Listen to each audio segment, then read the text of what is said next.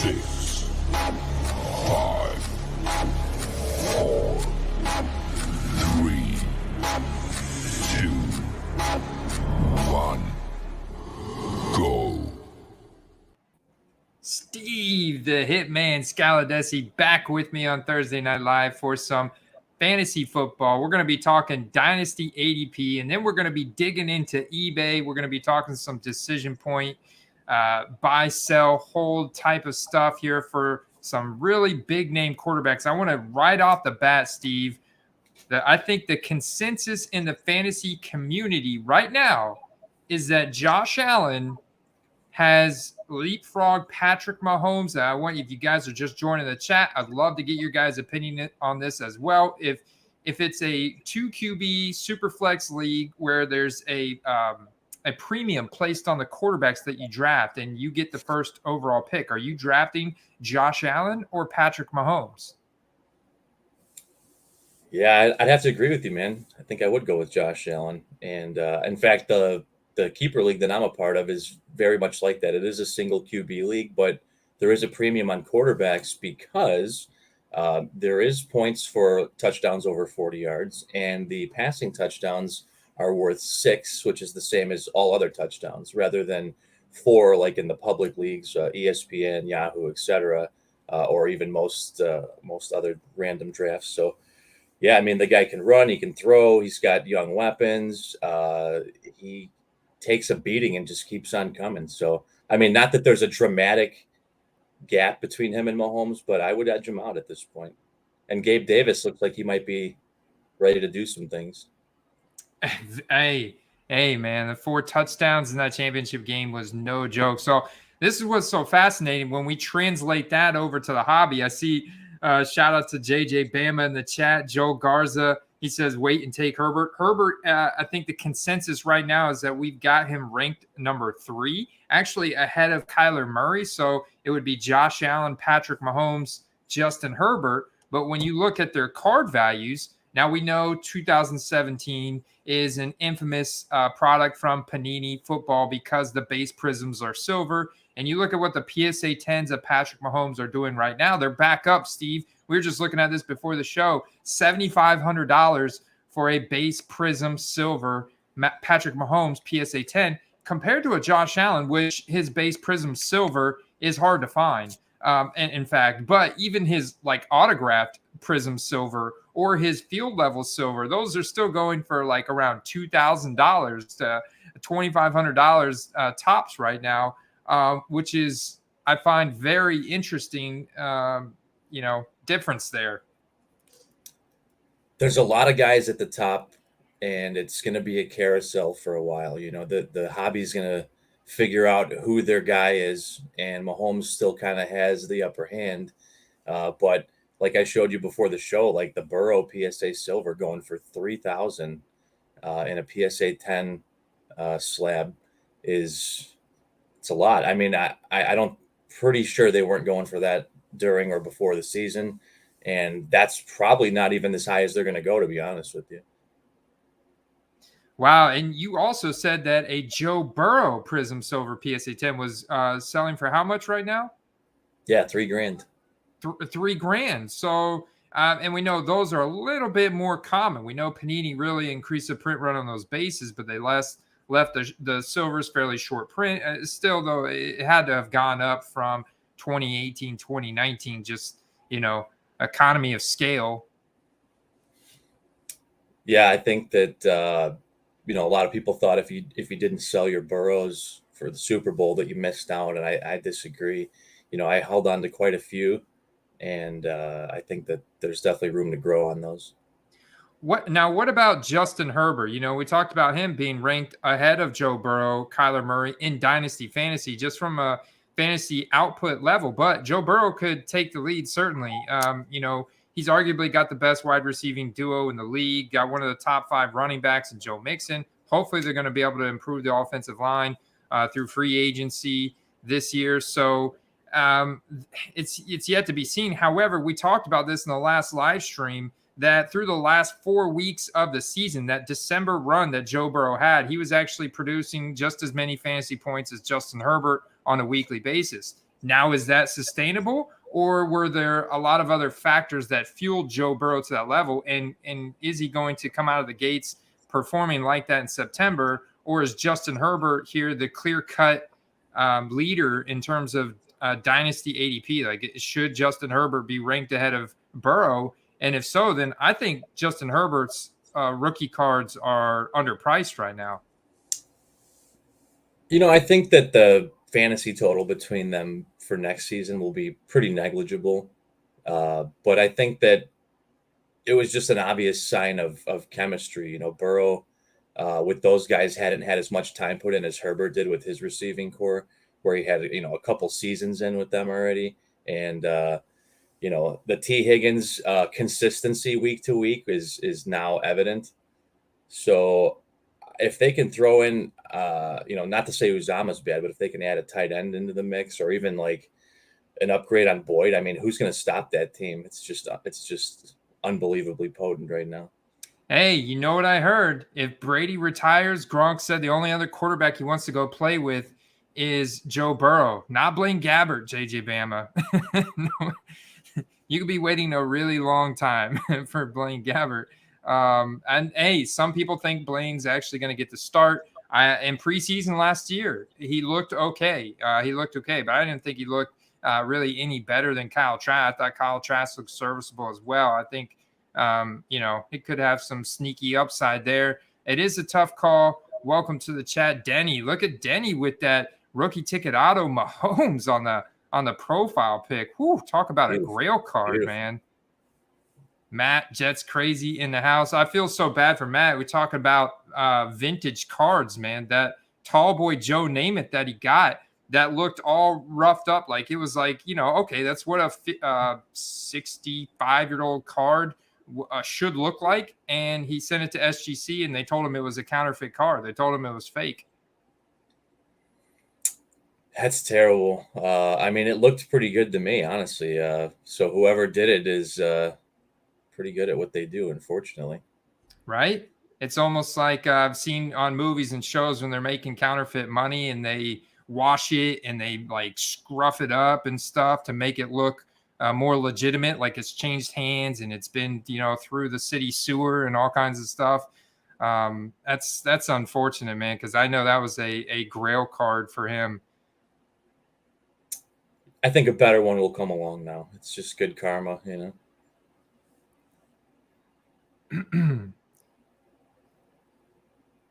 Yeah, I think Herbert. Yeah, I honestly I like Justin Herbert going into this upcoming year. I polled the community earlier, Steve, around which free agent would everybody like to see stay in their current situation. Surprisingly, Mike Williams, all the Chargers got the, it was pretty even between him and Devontae Adams, but he actually got an edge in the vote there for people wanting him to stay on the Chargers. I mean, it would make sense. Whether they're going to pay him or not remains to be seen. But I did see on you and Carter's show that there was a rumor about Mike Gesicki going there. And if that were to be true, they could easily replace Mike Williams with someone a little less skilled, because Gesicki is going to hog a lot of targets up. He's going to hog a lot of targets. Yeah, I covered him today in my video doing a deep dive on him, man. And the wingspan of that guy, the speed at which he runs. I mean, he runs most of his snaps out of the slot, and he's dangerous. He's a dangerous man. Put him in the slot. He can be a serious receiving threat, but he wants to be paid like a wide receiver. I kind of agree with him. I mean, if he's running 50-60% of his snaps out of the slot and not even blocking, I mean, just might as well move the guy to wide receiver, right? Yeah, he's got every right to ask for that. I mean, other tight ends have done it. And, you have linebackers that specialize in pass rush. You have linebackers that specialize in drop back coverage. So why can't you have a tight end that specializes in receiving over blocking? Yeah, absolutely. Absolutely. It's a good play. Another question that I get a lot is now a good time to buy Deshaun Watson with the new league year starting under a month away. And it's like 90+% chance that Deshaun Watson is going to get traded while he's still got pending legal cases going on. But do you think his cards are at the value? We talk about him. He's a 2017 rookie as well as Patrick Mahomes. What do you see there in terms of Deshaun Watson? Well, there's definitely people still paying a good amount of money for his cards. Now, what would they be worth if he comes back and plays? Well, a lot. If you remember the season he had before all the allegations, he just looked insane. And, that's on a team that didn't really have a ton of skill position players. Could you imagine what could be done with a team like the Broncos or a team like the Steelers? It would be absolutely wild. And that would definitely skyrocket his value. And you know what? Not all press coverage is good press coverage, but press coverage is hearing your name out there, which is in its form advertisement. So he has gotten a lot of press, even if it's not good, which does actually maintain your value to some degree. And I said this like a week after the Henry Ruggs thing. People are still buying Henry Ruggs cards, and someone said to me, "Well, it's maybe they didn't hear about what happened yet." Well, here we are, how many months later, and people are still buying Henry Ruggs cards. If I had to pick between which guy was probably going to play ever again, it would be Deshaun Watson for sure.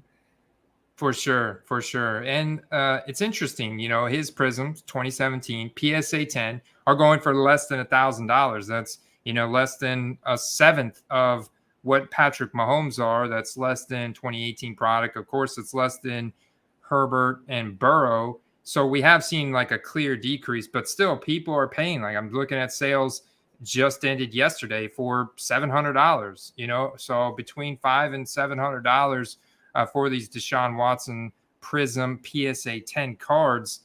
And I mean, I think that there's definitely potential there.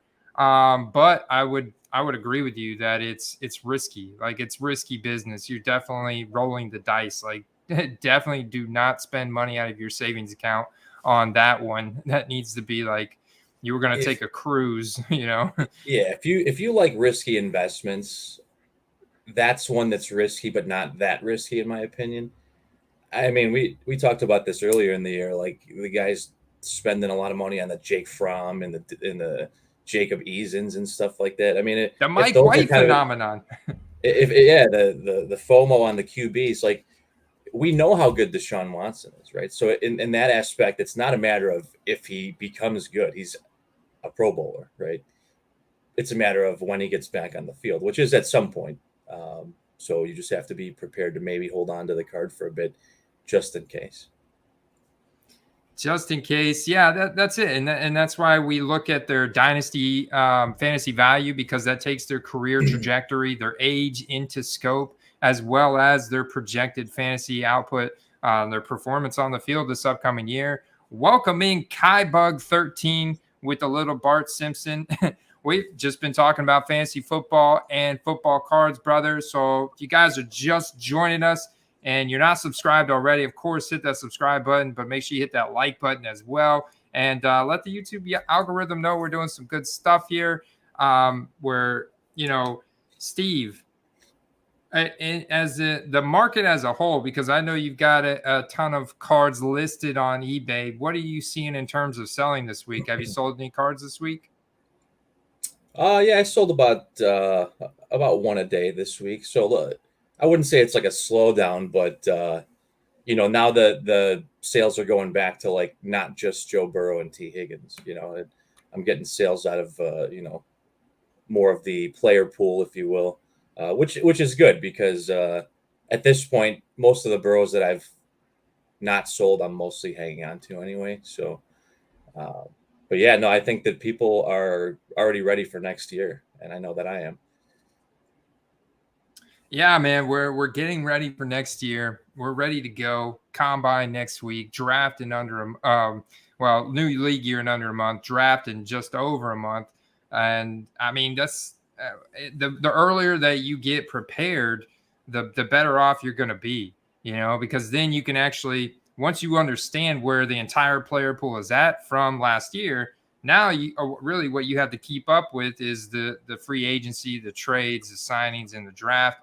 And you'll be in a really good shape for understanding like where, which teams are going to overperform in 2022, which players are going to overperform. Because I think that's important, looking at their schedules and then looking at the coaches that they have now. Have they changed any coaches? Who's going to be calling the plays? What type of play tempo? What type of offense do they like to run? Is one of the reasons why I am so dang bullish on the Jacksonville Jaguars skill position players, Trevor Lawrence this upcoming year, is because of Doug Peterson. Yeah, and I think that we talk about this every week, but it's worth mentioning. The guys that we discuss on the show, and maybe other guys you might have like a good feeling about. Don't wait for them to go off to go and get their cards, right? Because that's when you should be selling, not buying. You want to have the guy on hand and have the listing either up or able to list right away. If a guy gets traded during the draft, or if they draft a really good receiver onto the team that you have a QB of his rookie card, you don't want to be then going to buy that card. You want to have it already. Yeah, you definitely want to have that card already. You're gonna pay an additional, baked in value for that added performance. If you're buying after that, most cases, because right. I mean, most eBay sellers are watching the same games that we're watching, so they see that performance. Sometimes they're probably going to raise their prices. Otherwise, if they're smart sellers, they've already got their cards listed, where they anticipate it to be at its peak. So they're kind of ready to go, right? I mean, if you bought a card and you're comping it to another guy in his same draft class that is at near or close to his potential peak, and you're thinking, well, even if it doesn't get there, I've got room to double my money on this card. I could still have it considerably lower than that one. That's kind of like where I start out at. For those of you that use ComC, that's a good example. And even eBay in many respects, like J.K. Dobbins, for example, a lot of people expect him to come back and make a name for himself that he didn't get to because of his injury. If you go on ComC and look at his rookie card values, I mean, the people listing their J.K. Dobbins are listing them with the anticipation of him coming back and playing well, right? You may have missed the window if you haven't gotten in on some big Dobbins cards, right? Because people are already aware that it's a run first team and that he's going to be healthy this year. There are some deals to be had, but that's the whole thing. You could have got his cards for pennies on the dollar 6 to 8 months ago. And, now that those guys have got him and have him listed, they're going to reap the benefits. Yeah, no doubt, man. They're going to reap the benefits. I've noticed this on J.K. Dobbins. I've had a lot of people message me about J.K. Dobbins. And, I mean, guy is electric running back. So if he can bounce back anyway like Cam Akers did, we're looking at a nice little breakout upcoming, at least a total, 180 in his ADP, right? Obviously from during the season till now, and that's going to go back up as we see signs of him being healthier and healthier when we get to the mini camps and the OTAs and the preseason. There's a ton of ADP movement because that's when we're doing fantasy drafts and players are moving up and down draft boards, and you could literally look at eBay at the same time and see those sales popping off for those eight guys that are moving up in ADP. Fantasy average draft position, their rookie cards are going up. Guys that are moving down, their rookie cards are just not being bought, so they're going down in value. Fantasy is another venue of it's another media of news, if you will. If you're doing a fantasy draft and you're like, wait, why did that guy just get taken in this round? You're going to go to Roto World and look up an article and be like, oh man, they just got a new lineman he's going to be rushing behind or whatever. And then you're going to be more bullish on that guy. Absolutely, absolutely. What is going on, Tom Bollard? What's up, dude? So yeah, I mean, so one thing that we've been doing, guys, is we've been doing best ball drafts on underdogfantasy.com. And if you're new to that, you can use promo code Quest, get you 100% instant deposit bonus to your account, up to $100. Still, Steve, it's an incredible deal. We've got a league that's partially full right now, best ball for 2022. This includes 2022 rookies too. They just don't have the teams they're landing on, so you can speculate on that. And it's really opening my eyes to a lot of guys that are falling down in drafts right now. But I think that come September or August, I should say, there are going to be guys that are probably going to be going 4, 5, 6 rounds earlier. One of those guys I talked about today in my video was Cedric Wilson on the Dallas Cowboys. If Amari Cooper is released or traded to free up all that salary cap space, because Cowboys obviously have an issue with salary cap. They're paying Ezekiel Elliott like $100 million a year. And, dude, they got CeeDee Lamb. They've got Michael Gallup, who's struggled with injuries. And we talked about him being a free agent. Like, what are they going to do with him? Because, he's struggled with injuries. He is good, but he's never really like healthy for very long. And Cedric Wilson could potentially become a number 2 there. They've already said that it's a high priority to re-sign Gallup, so obviously he's in their future plans. I think they know they can't keep everyone, and I think that Cooper is the most likely to get traded as well. And I would love to see him go to a team where he can be, a little bit more of a ball hog. Because when he was the alpha on the Cowboys, he had some insane games, and I'd like to see a couple more of those out of him. He's a stud, man. He was a ball hog. He is a ball hog, and he's a stud. Wide receivers have a much longer age production curve. I think wide receivers we've seen can play very well into their 30s.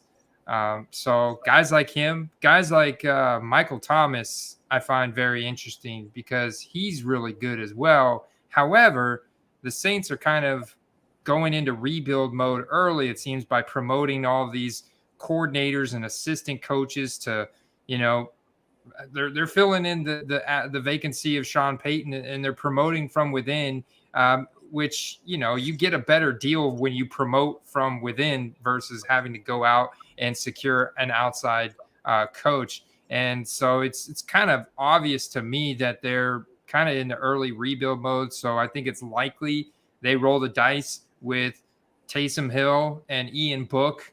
And I don't know, maybe Trevor Siemian. I think that Jameis Winston's going to get traded and sold. Now, it's unfortunate he's coming off of an ACL tear, or I think he can get a little bit better team scenario, but you never know. He could go to like the Pittsburgh Steelers. I know some Steelers fans may not want to. He could come to Tampa. I don't know. He could come. I could be back in Tampa, and I'll have to endure some more Jameis Winston days.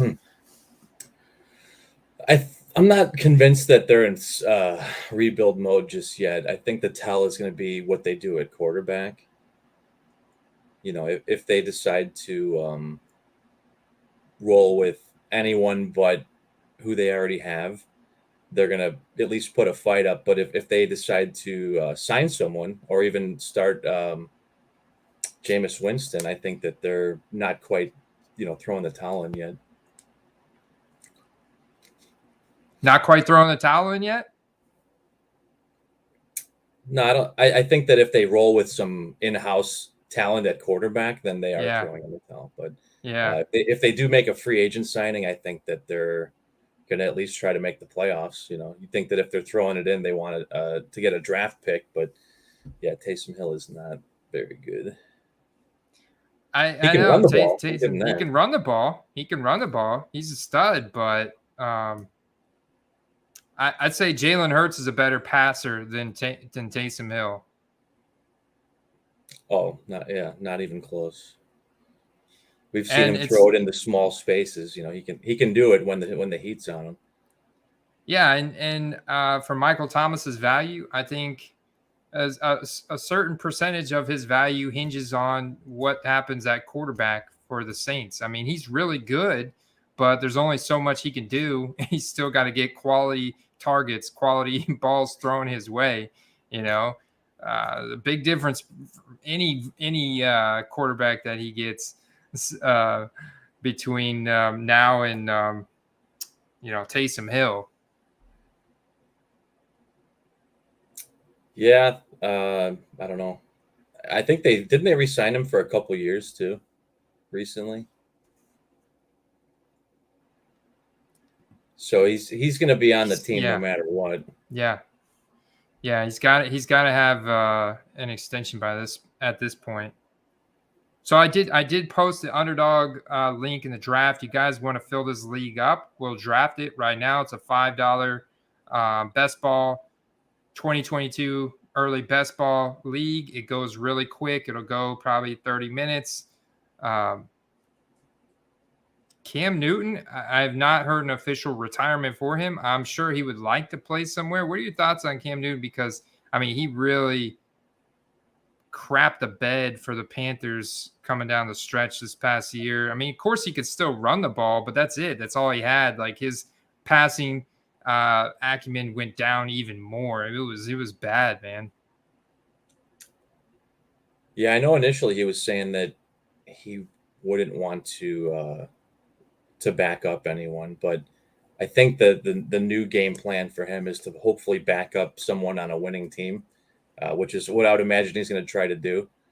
Try to get himself a Super Bowl ring, secondhand Super Bowl ring by holding a clipboard. But that would be my best guess. He's going to try to go somewhere where he can win and maybe fill in if he has to, but I don't think he's going to start anywhere. Yeah, it's gonna be a really tough stretch. He's gonna have to hope that the starting quarterback gets injured. He's gonna have to hope and pray for an injury for him to get in the game, because he's toast, man. He's toast. Him and the guy behind him in Carolina were brutal. Fumble the clipboard. Maybe. What is good? Josh in the house. We're good, man. Justin can't sleep. And he'll fumble the clipboard. That was good. So, one of the guys that is top 10 that I think is considerably undervalued. We talked about Josh Allen going over Patrick Mahomes in dynasty leagues or 2QB Superflex fantasy leagues. Like Josh Allen going as the number 1 overall fantasy pick, and I think it's warranted based on his developed passing game, and his rushing ability is incredible.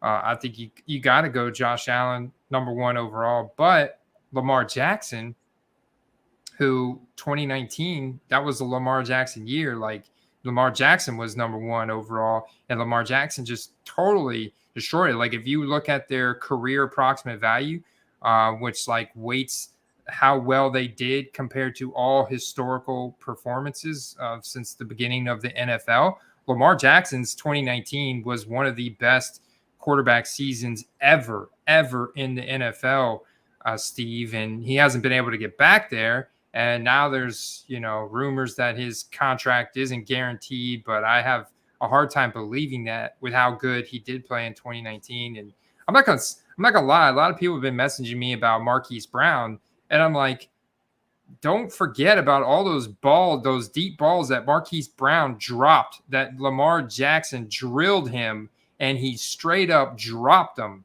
And I was like, really disappointed because I had Marquise Brown on a couple of my fantasy teams.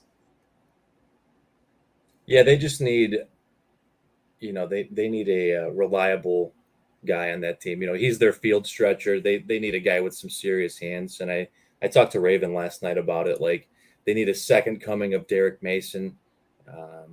And they may have that in some of their younger guys. We'll see what happens this year. But he can be elite. I mean, he's definitely a little bit better at the rush than Josh Allen, or probably the best rushing quarterback in the league. But what hinders him is his passing game, and when he does hit, those guys need to catch it. Yeah, I think Jackson was having a pretty good year. He starts off strong.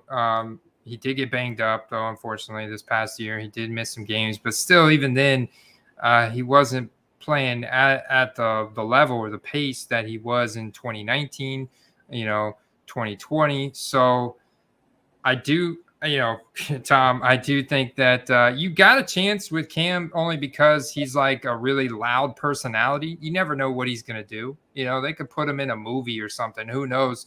He can have relevance that way, and you could see some value increases depending on the card you're holding. If it's really scarce, maybe you're okay. Otherwise, yeah, maybe you hope that he, plays that role of getting a backup veteran spot on a big time team that's in win now mode, just as a backup. Maybe he gets the playoffs, postseason. You could sell then, or a spot start. If he gets a spot start, you've seen the Mike White effect. He gets a spot start, and people are going to go ham and buy his card, so that you might have a chance still.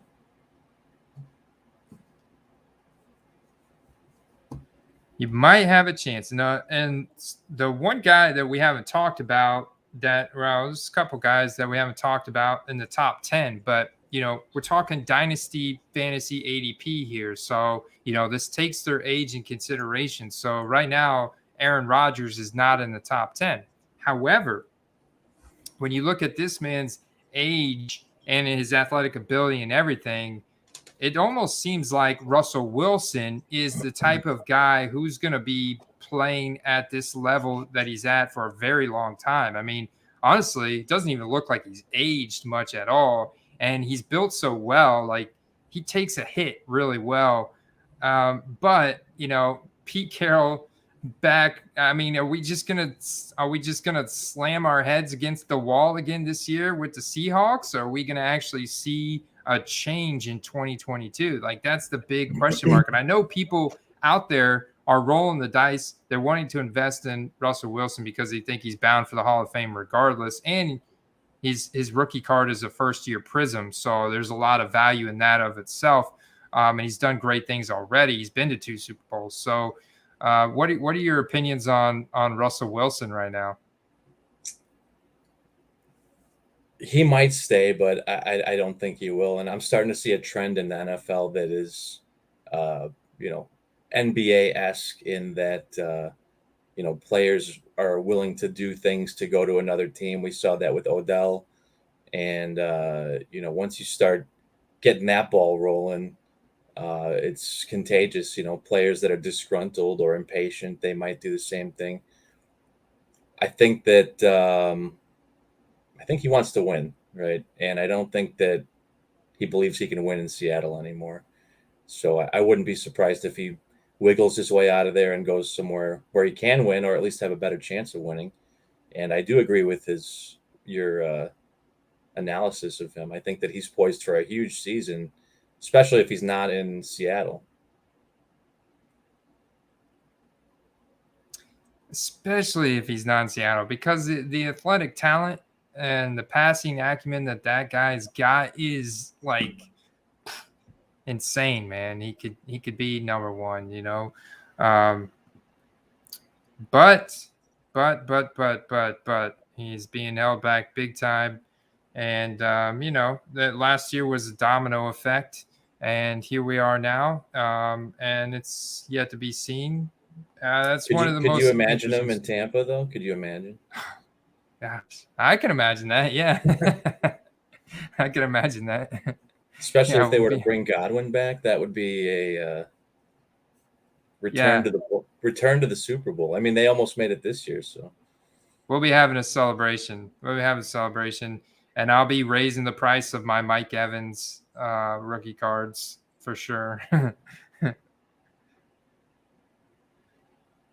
Who's climbed the charts? We talked about him a little bit earlier, but Trevor Lawrence has climbed the charts to just outside the top 10. right behind Russell Wilson at number 11. He's incredibly young. He's one of the best college quarterback prospects ever.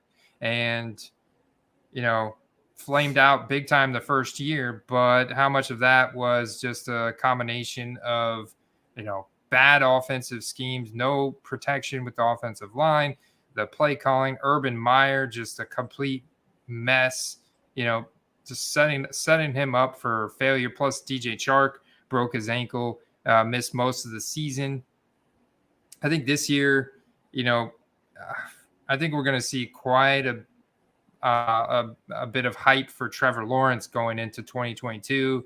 And I think this is one of the more interesting storylines to see if he can actually take that sophomore leap in his production.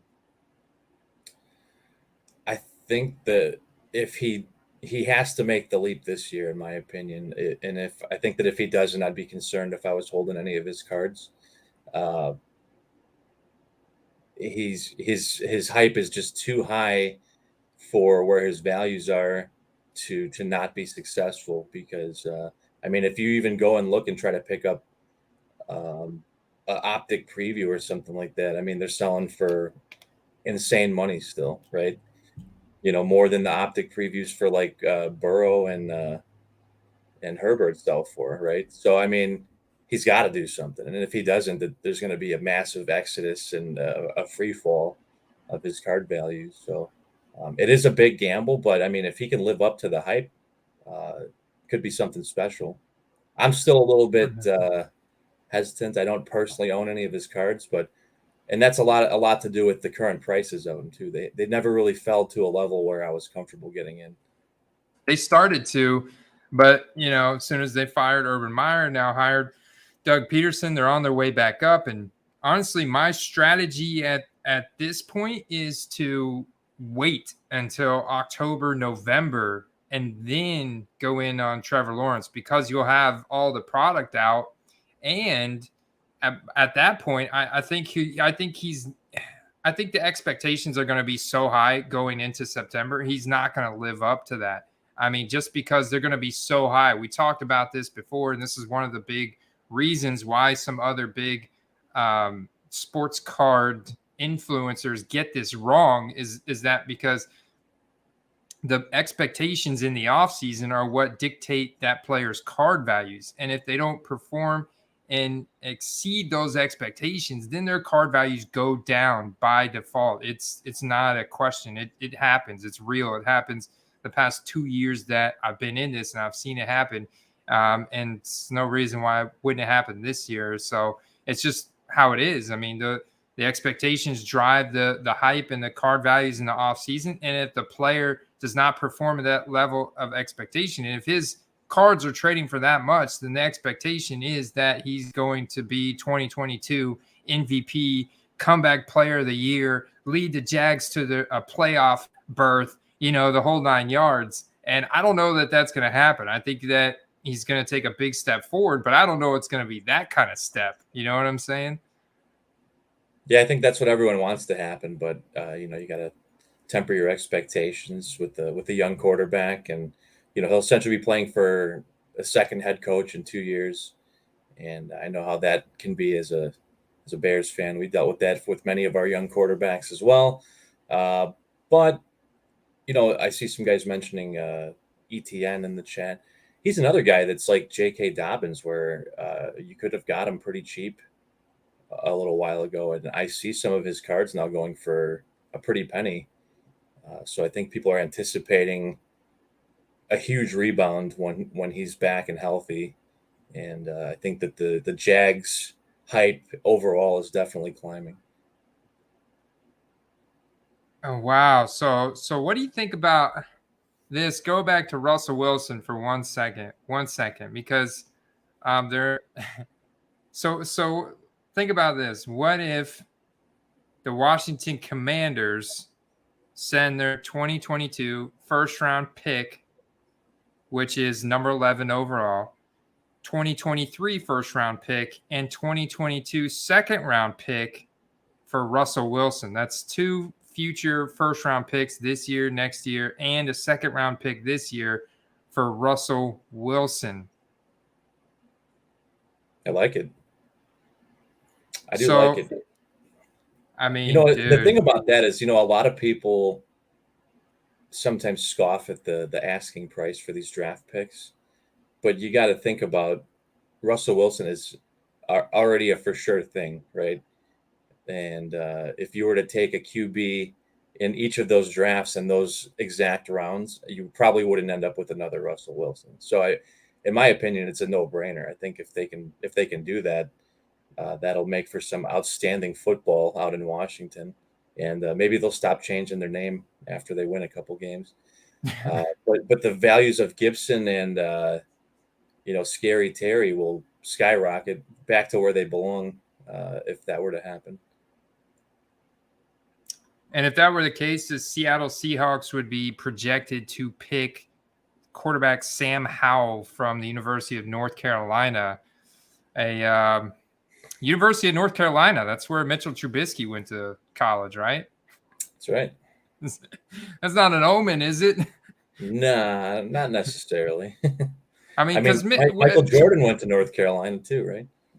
Trubisky's, yeah, that's true. Yeah, there you go. Well, that's the rebuttal of all rebuttals right there. Can't argue that one. But that's different sport, Steve. Different sport. Yeah, true.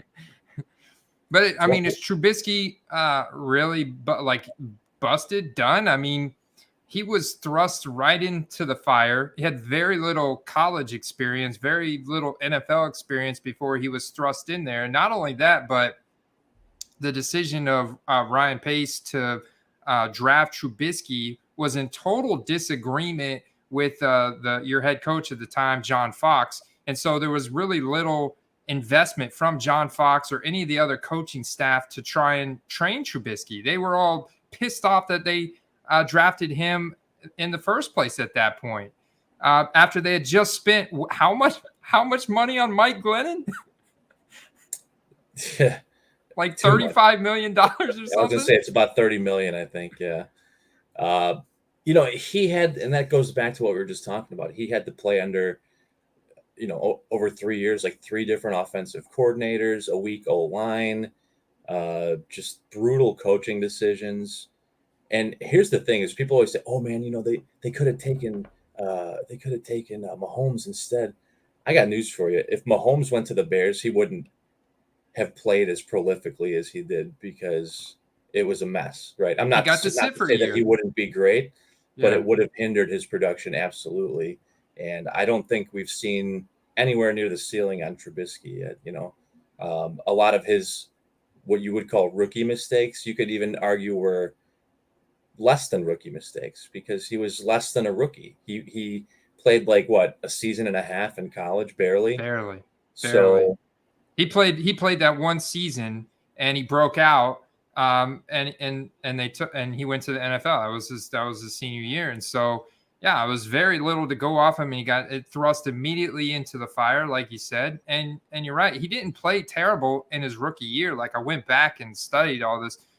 He didn't play terrible at all in his rookie year. And it was just the second year. The one thing that I've got on Trubisky that he's got to improve, and maybe sitting behind Josh Allen and the quarterback's coach and coaches up there that maybe they help develop, is his deep ball. Mitch Trubisky throws this fastball laser on every throw, and I would love to see him develop like some type of Russell Wilson deep ball, or you see Davis Mills throws a beautiful deep ball with an arch to it. Like Trubisky's got a powerful arm, but everything's just like a dead straight rifle, I think he showed some good signs in the preseason with the Bills, and they definitely, I agree with Raven, they definitely changed. Like working with someone that can develop a quarterback is absolutely essential, or even having the desire to build your quarterback up. I feel like when he was here, they were just like using him as a scapegoat for everything constantly. And, contrary to what most people believe, like there's a lot of people here that still love Trubisky, like myself. Mm-hmm. I think if there's one quarterback from 2017 class that you give a second chance, it's Trubisky. You got to. I think it's smart for all you guys out there. I've got a couple myself, Prisms, that I got for less than $10 a piece. Like, that's, I mean, we talk about Deshaun Watson with all the legal stuff he's got going on, but his Prisms are still $100 raw, you know, $500-$600 in PSA 10. Mahomes are now $7,500 PSA 10, $1,000+ raw. I mean, I'm not saying Trubisky's going to get anywhere near that, but I think you buy them at $5-$10, they could get to $50 pretty easily. You know what I'm saying? Especially it gets a new chance, new team. I mean, the minute he's anointed a starter of any team, they're worth $50, right? If not even 100. So it could be good. Now I'm hoping he doesn't go to New York, but I think there's better teams for him out there. I think that between him and Deshaun Watson, I think Deshaun Watson probably plays this year, but there is still some question marks hanging over his head. Whereas Trubisky, I think for sure plays this year and is definitely the safer bet of the two. Well, if that's the case, then what about the Carolina Panthers? I think if they hang on to their running backs, that would be pretty interesting. And they're known for giving quarterbacks a second chance, man. They're known DJ for Moore giving is just a guy that's too good to have bad throws coming his way. You know what I mean? Like Trubisky to Tampa. I'd be the first in line to go buy that jersey, let me tell you.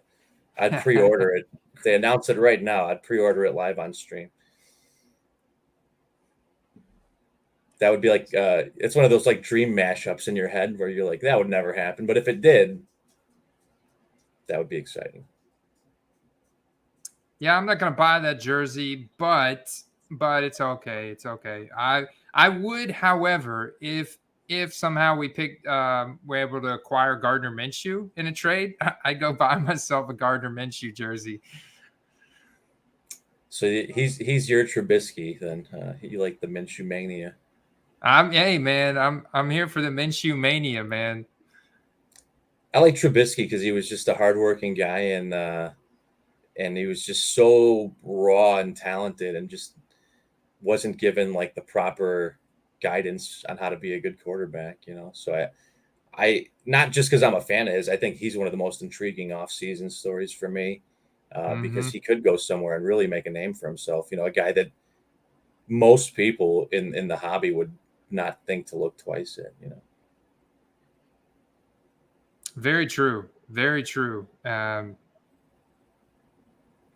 there you go, Tom. Cap's not going to allow it in Buffalo. They've got to get under that dead cap. It's coming. It's coming. A few more weeks. So these are the big storylines we're talking about. And then it's gonna change how the draft unfolds.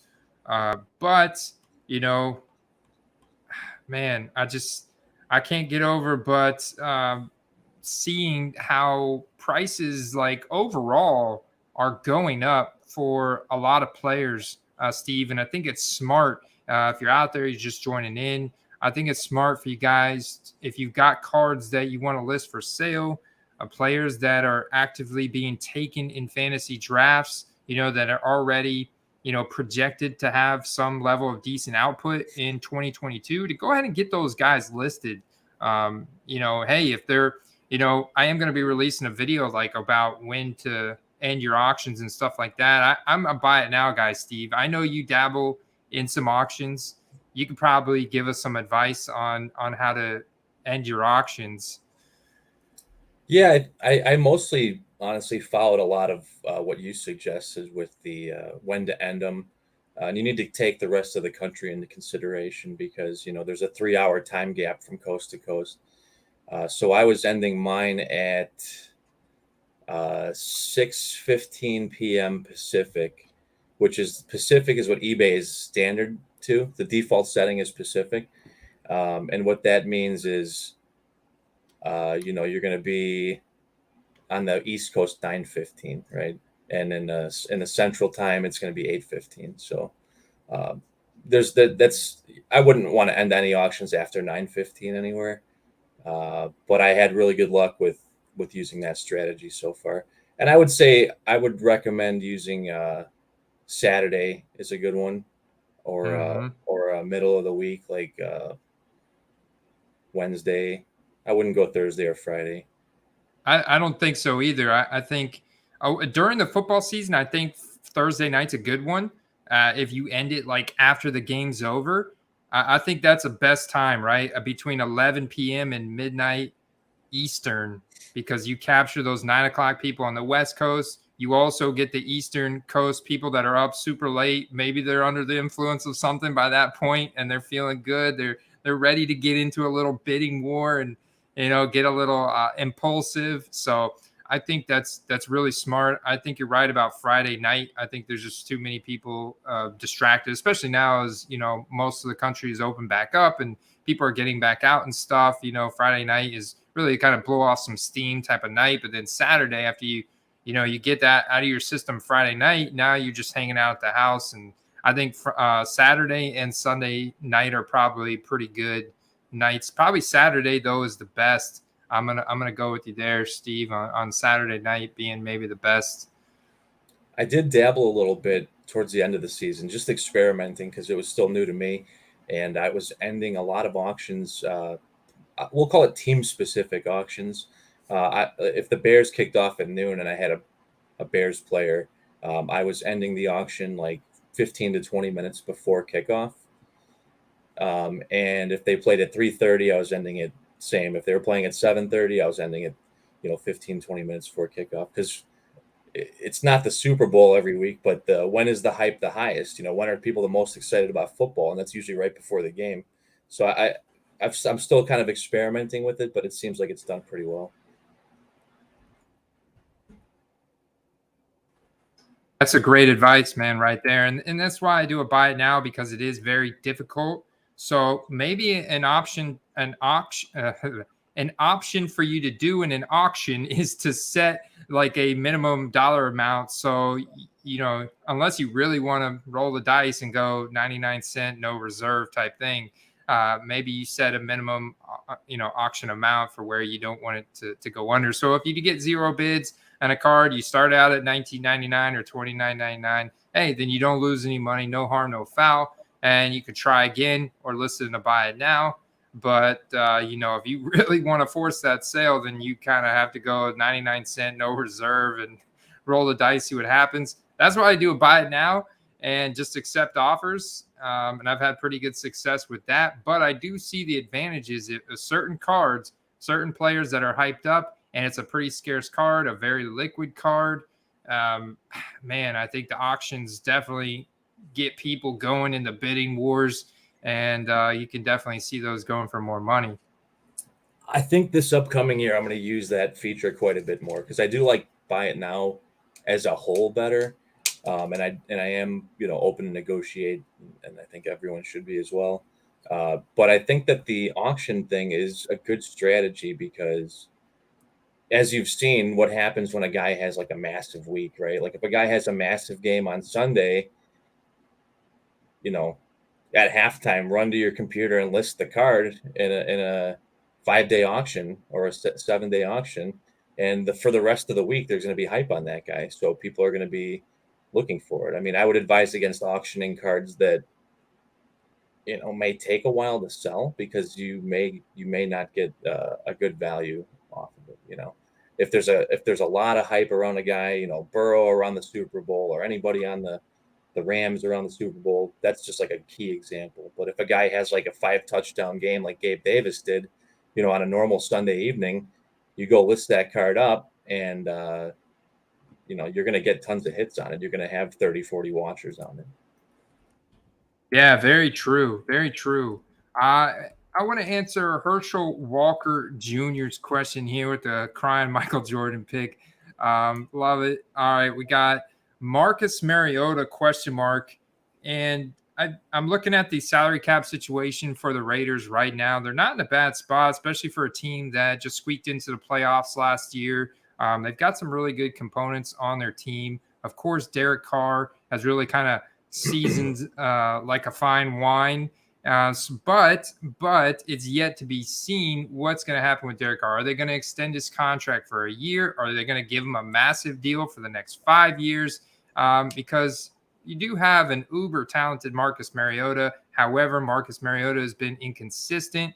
He's very talented, very athletic, tons of draft pedigree, prolific college career. So what do you think about, I mean, he's got to be pretty cheap right now. I looked up Jameis Winston earlier today, which is his draft peer. He's very cheap right now as well. What do you feel? How do you feel about Marcus Mariota? How risky do you feel that is?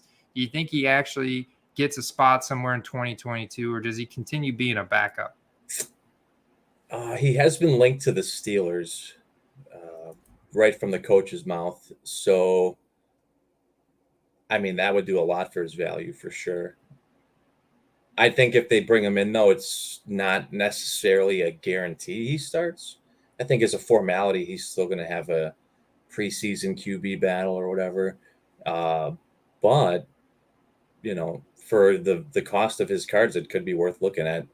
But again, he could end up a backup not by default, but by maybe losing a QB battle, depending where he goes. Yeah, it's definitely going to be Derek Carr in 2022, right? His contract, yeah, he's only accounting a $19 million cap hit this year. That's not much at all. But after this year, he will be unrestricted free agent. So this is kind of like the year for the Raiders to decide what they're going to do. But I think Derek Carr gets his last run in Vegas. But that leaves Marcus Mariota. You got a little trade capital there. You got a little equity that you can do something with. He's serviceable. There's teams that need him. I think Marcus Mariota is better than Sam Darnold and Cam Newton. So the Panthers, wouldn't be hurting. He could go to Washington, like we talked about the Commanders needing a quarterback. I think there's a variety of teams that could bring him in on a prove it deal, a 1 year prove it type of deal as a starter. At the end of the season, there was that rumor about Carr getting traded, and I haven't heard much about that since. But, I mean, if that were to happen, I mean, that would actually leave Mariota as a starter, unless the trade for Carr was directly for a quarterback. Yeah, and Mariota's a unrestricted free agent this offseason. But I think that rumor started, though, because they brought in new head coach, Josh McDaniels. And typically when you bring in a new head coach, a lot of times they want to hit the reset button. They're like, I want to build the team the way I want it, like my guys, And he has a different philosophy. But so far, I've heard that they are committed, at least on the surface, to Derek Carr for 2022. And I don't see why they wouldn't be.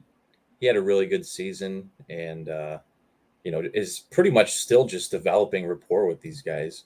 And early in the season lost one of his key wide receivers. So, maybe Amari Cooper can make a return to Oakland there and have a season with them. That'd be pretty nice. That would be huge. And if Derek Carr is still a quarterback in 2022, which I think he should, I also like Hunter Renfrow. And I know you've talked about him before, Steve.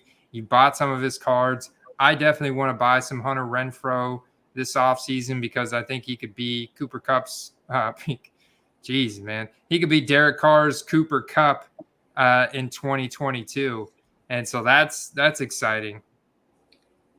He looked really good. I mean, there's no doubt about it. He looked good. And I think that if they realize that he can be a focal point of that offense, they can, tinker a few other small things. And if they have another good receiver on that team, they can act as a distraction. I mean, that only makes him better. Hey, man. Yes, that does. That complementary role. I was talking about this to somebody else in the chat.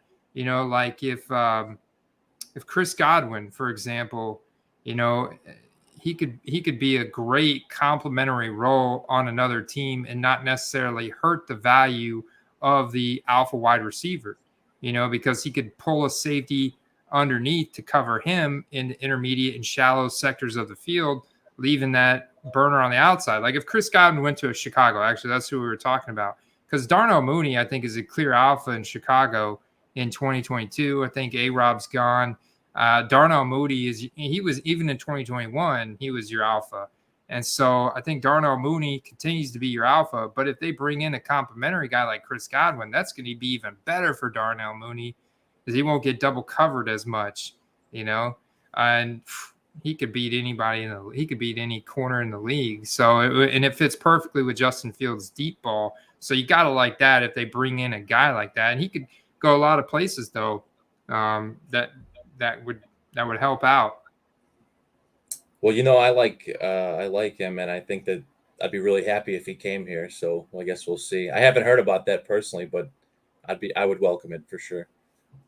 He's due a pretty nice chunk of change, and I think it just is yet to be seen if Brady actually retires. I think a lot of this is hinging on that because, I mean, or who we can possibly bring in, right? If Brady actually is retired, and that is the case, and he makes an official announcement like at some kind of press event, not an Instagram post, then all of a sudden we try and acquire that quarterback, which I know we're already talking to several teams. But if we're going to be starting Blaine Gabbert or Kyle Trask next year, maybe it's not as important. It's kind of like, all right, we're going to roll the dice with a really unproven guy. I mean, maybe we should go ahead and beef up, go ahead and start rebuilding the defense. Our defense is getting older. We need improvements there. So I don't know. It's all going to hinge upon what Brady's going to actually do. Yeah, I don't know. He might be retired. He might not. It does kind of feel like a little bit of a troll. Maybe he just wanted a quiet off season with his family, and he's the kind of guy that could show up like a couple weeks before camp and just ball out, right? That's very true. Maybe he's going the Aaron Rodgers route this offseason. For all we know, he already told the ownership, like, yeah, I'll be back. Just leave me alone for a couple months, Yeah. We don't know. Yeah. I wish we knew, but we don't know. Yeah, we will in due time, guys, in due time. But what do you guys in the chat think about Antonio Gibson or Dalvin Cook? I've talked about this before. I think you and I both agree on this one, Steve. Antonio Gibson, better upside, definitely. Yeah, I mean, they may have comparable seasons, points and touchdown wise, but from an investment standpoint, I think it's better to get in early on a younger running back before he makes his name, before he becomes a household name than after.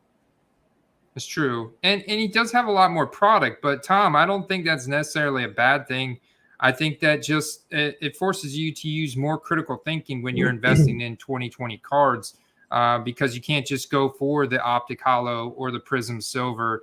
You've got to be more creative. You've got to look for like the rookie ticket autos or some other serial number cards. And there's a lot of really nice cards out there that have, those scarcity elements to them, and at the right price point. And when you kind of understand what other people are into in the hobby and what they're looking for, then you can kind of, hone in on a specific set and parallel and insert for Antonio Gibson. And that's where a lot of people, I think, are going to be focusing their attention for 2020, and the rest of all the 3,000 options are just noise to them. I think people have their favorites, and they kind of like to stick to those when they're collecting. And there's obviously some people that want to collect them all, right? It is tempting. No, I think Gibson, what he's done with very little help around him, and they do seem poised to get some help, a quarterback namely. So with a good quarterback, they won't be able to stuff the box and open up some running lanes for him. Yeah, and he was a wide receiver in college, so I like to look at it this way. He was a wide receiver first, converted to running back. He's got very few carries. I mean, literally, he only had like less than 100 carries in college, which is insane. You look at Jonathan Taylor from Wisconsin, almost 1,000 carries in college. Any normal running back, even like Keyshawn Vaughn, had about 500-600 carries in college, which is a normal amount if you play, started all 3 years in college and were probably redshirted the rookie year or backup, something like that. So, I mean, the learning curve for him has been steep, learning how to be a running back compared to being a wide receiver. I think, though, if they use him more like a Deebo Samuel, put him in the slot sometimes. They didn't put him in the slot very much this past year. I would like to see them do that a little bit more with Antonio Gibson. Put him in the slot a little bit more. Let him play a little bit more wide receiver at the same time running back. He could do it all. And a guy like that has got true number one upside. And if that's his upside, his rook card values now are underpriced. And that's where I'd be focusing on over a guy like Dalvin Cook, who is getting older. He's getting up over the age apex, and he's now like moving to more of a split timeshare, a 50-50 timeshare with Alexander Madison, much like the Ezekiel Elliott, Tony Pollard situation. Alexander Madison has proven that he is fully competent of being Dalvin Cook when Dalvin Cook can't be Dalvin Cook. So now they're like, well, we want to extend the shelf life of Dalvin Cook. We maybe better give Alexander Madison some more carries because we don't need Dalvin to do all this work. Alexander can do just as good of a job. So let's split it 50-50 and extend Dalvin's shelf life by an extra season or two. And I think that's what you're seeing happen in Dallas last year. I think that's what you're going to see happen probably in Carolina if Christian McCaffrey stays there in 2022. You're going to see this happen in Minnesota. We saw it happen coming down the stretch in 2021. I think we're going to see it get even more 50-50 in 2022, Steve. Yeah, I think a lot of when they were leaning on Madison last year, I know Cook was banged up for a while, and he was playing through it. So I think that had a lot to do with the timeshare. But I'm not going to say he's finished. He's definitely not finished. I think that he'll still be like probably a top 5 running back, right? But we're looking at it from not just a fantasy perspective, but a trading card investment perspective. So I think the expectation in the hobby and in the NFL is that he will be a top 5, right? And there's not an expectation on Gibson being the top 5. So if he does achieve that, he is, like you said, outperformed his expectations, which is where you see gains in value. Yes, sir. Yes, sir. What is going on, Carl? Congrats, man. Yeah, it's the last week we shared in auction site. So we've got another one, guys, coming here at the end of this live stream. So make sure you hit the like button on this live stream and subscribe if you're not already. We are going to share another auction snipe at the end of this live stream, which we're getting really close. We're over the hour mark here. And should we go ahead and share it? Should we go ahead and share it, Steve? Let's see. Let's go ahead and was this the one that you picked out? Yeah, the T. Higgins. Yeah. No. Yeah. So the T. Higgins Red Dynagon, Carl got that last week for $13.50, Steve. Did you want me to share the auction that I have this week, or did you pick one out? Oh, I sent it to you in the Discord. Did you not see it? See, guys, this is totally unscripted. You can this is not in the show notes. Let me go to the Discord. Yeah, I think because we had to abruptly go live, I think you might have overlooked it, but I sent it to you. I thought I did. Let's see. Oh yeah. I see it. I'm pulling it up right now, sir. Yeah, guys. So, by the way, if you're not a member, that is the Discord server. It's powered through our patreon.com/footballcards. It's only $6 a month, and we provide a tremendous amount of value. We also have a lot of fun in there. Let's see. I'm going to throw it up. I'm throwing it up. We got the Auction Sniper article coming out tomorrow morning, and I've got a treat in store for you guys. Let's see. Here we go. Boom. We're going to DJ Moore. And it is a field level XRC. Oh, yeah. That's a rare card.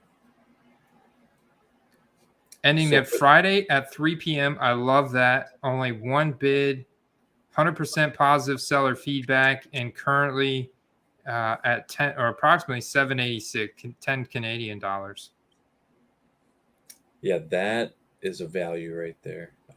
For those of you that don't know, those XRCs are redemption cards, and they're available from the year before or early in the year product without a player name on the redemption, and it just says like wide receiver 2 or something like that. So whoever the second wide receiver gets drafted is who the card ends up being, and then they send it to you. So that's like essentially like the first rookie card of any player, basically. Mm. That's really cool. Yeah, those are redeemed from way before, and somebody probably had to wait like a year to get this. And as a confidence builder for anyone, if you're not familiar with the card, I not only vouch for it, but I bought this exact card just a few days ago for myself. So I was going to buy this one too, but we're sharing it with you guys to join in on the fun. Nice. I like it, man. I love the silver. I like the picture on here as well. DJ Moore, infamous for that single eye patch. You know what I'm talking about. Stuff that helps keeps the lights off their eyes. What do you call it? It's called eye black. Eye black. I mean, it's yeah. That sounds strange, but I believe you because I can't remember the last time that I tried to think of that word that for those. they make some cards that have on eye black on it. That's right. Yes, and the players sign them. Those are really cool too. Those are really cool. So this is an ideal auction to look for right here, man. And the price point, I love it. And DJ Moore, one of the highest target shares in the NFL, which is incredible. I mean, the guy is so dominant. He gets open at such a high rate. He's quarterback proof. And so that's a fantastic investment. Very young. He's got a big, bright future ahead of him. XRCs are fantastic. There you go, I would guys. be curious to know what I mean. I know what they comp for right now, which is around like $35 to $40. But I would be curious to see what they were comping for like the first 4 weeks of the season last year when he was going absolutely ballistic. Yeah, the first 4 weeks of the season, they were up, man. They were definitely up. That would be interesting. I guarantee you they're probably like $30 or $40 cards if I had to guess. Yeah, that's what the recent comps are actually for them. Oh, wow. So this is really a steal then. So they're really rare. Maybe it's closer to $100 card. I'm digging the defense. I love talking defensive players because I think that as the market grows, I think the more and more people will be buying into defensive players. I think so too. And now you have new fantasy platforms like All 22 from PFF. That's going to be really fun. Using PFF scoring, you actually have to build an 11-man squad, and you have to fill all the positions. That's going to be really interesting. Yeah, I want to look up Micah. I caught your unnamed shout out in Carter's video about investing in Tristan Wirfs cards. That was definitely that was you, man. That was me. Tristan Wirfs, you are the Tristan Wirfs investor. What's not to like? The guy's incredible. He is a stud, man. He's a stud. I mean, he's one of the big factors why I'm bullish on investing in Keyshawn Vaughn. Between him and Ali Marpet and Donovan Smith, I mean, you could put a lot of different guys. You could put me behind those guys. I could run through. Respectively. Respectively. I'm liking the prices though. I'm seeing on even Micah Parsons. Surprisingly enough, it's funny, and I think because a lot of what drives the buying decisions right now. Price. Yeah, man, it's like that optic preview is a good price, even at the buy it now price. Even at the buy it now, because Joel is a big proponent of these optic previews. He can tell you all about them, but he schooled me up on them. I mean, they're really rare because they're short print insert within the base Donruss set. These are going to come out with just a fraction of the population of the main optics. And you know what, man? I don't know what's going on, but we don't even have artist proofs or a release date yet for 2022 optic, or no, 2021 optic. Sorry. We don't even have artist proofs or release dates yet for it.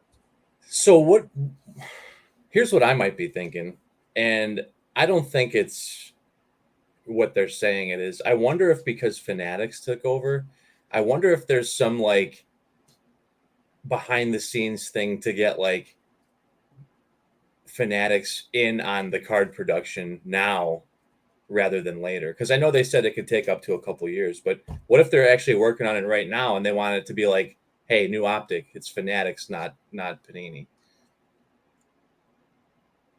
You know. Very interesting. Very interesting. Yeah, I would just find it surprising that like this is optic is like the last major set that typically comes out around the holidays or January, and nothing for it now, and not even an artist proof, which is really strange. Which maybe you're onto something there, man. Maybe you're onto something. But how late are they going to push that out? Like they're already releasing 2022 collegiate product. Licensed, official license from Panini, collegiate Prism draft picks that look just like the NFL Prism cards that are going to be released in April as well for this past season. It is pretty strange. I mean, at this point, if they don't even have an artist proof yet, like when are they going to release it? Like after the season starts, like during the preseason? Like it's really late already, It's wild, man. Super late. And so that what makes me think maybe they're skipping a year of optic. That would be wild because optic is such a highly demanded set. It was super popular last year. I don't know. It is really strange. I do I like Joel's comment. Yeah, the optic previews are cool. I have quite a few of them. I'm really hoping LaVisca goes off. I have a lot of I bought a lot of his optic previews from last year early in the season. Now I wonder. I know that some of them are a little more scarce than others for 2021, and they're not numbered. So I wonder if there is an actual count on them or not. Because it does seem like the green, blue, purple, and red are a little more pricier. And then the red, green, and the pink seem to be a little less expensive. Those may have been retail. I wonder if that's why.